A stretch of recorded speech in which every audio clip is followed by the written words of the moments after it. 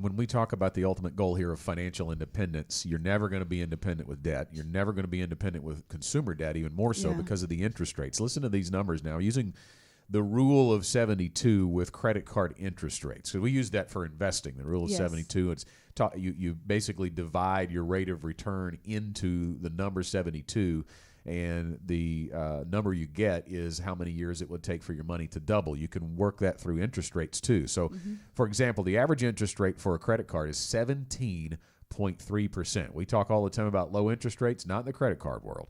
If you divide 72 by that rate, you get 4.16 years.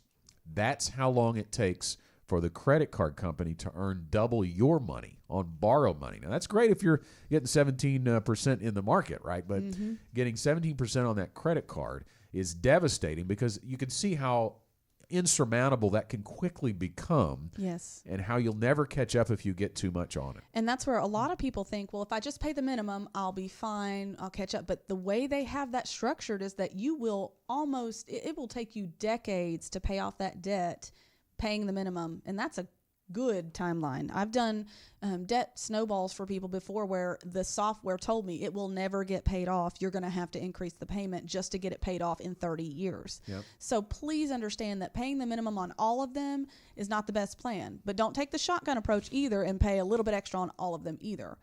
We've got some tricks and tips that we can help you with, if you decide to do the MoneyWorks program to help you really tackle that more efficiently. And, when we talk about building good habits, right, to avoid these, well, if you're living on borrowed money, if you're living on credit cards, that's doing the opposite, right? That's building a bad habit because you're learning to live on more than what you make, right? And so, which is why you're using them. So definitely want to rid yourself of that bad habit. And please understand, we're not saying that all credit cards are bad because there are people who have that discipline that pay it off every month and they just do it for the points, things like that. That's me. But it is a very difficult discipline to establish. Yep. So make sure that discipline's established first. Don't worry about your credit.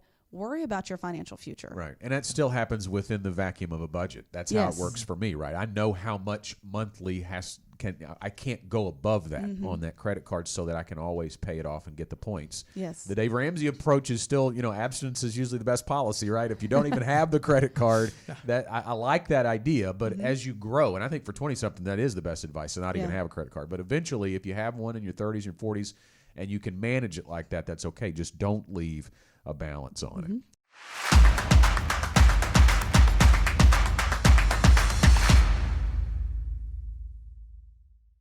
Want more content like this delivered to your inbox weekly? Visit fastest4.com to learn more.